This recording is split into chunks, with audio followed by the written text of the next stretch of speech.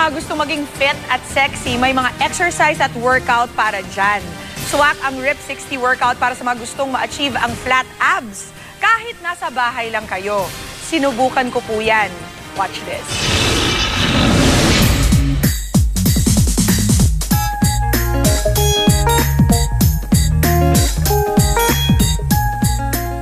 Bukod sa mga nakasanayang exercise, ilang workout routines ang pwedeng subukan ng mga gustong mag-Oplan Balik Alindog ngayong 2014.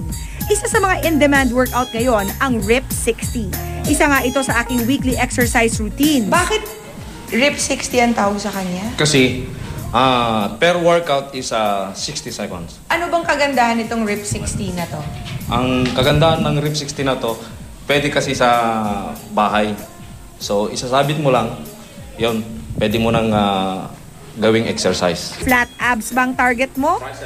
Swak ang rutina ito para sa'yo. So, habang mo na-workout mo yung arms mo, yung stomach mo, kailangan tigasan mo rin. Kasi kung hindi, mahuhulog ka. Mahuhulog ka. Ito ay para sa obliques, tsaka hips, muscle.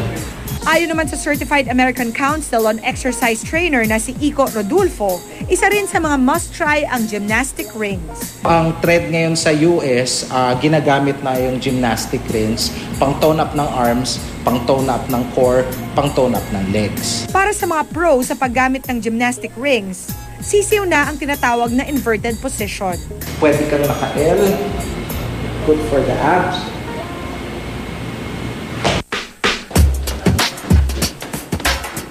Pwede rin daw subukan ang battle rope routine. Para naman sa mga beginner, pwedeng gumamit ng bola ng basketball o volleyball sa simpleng exercise routine.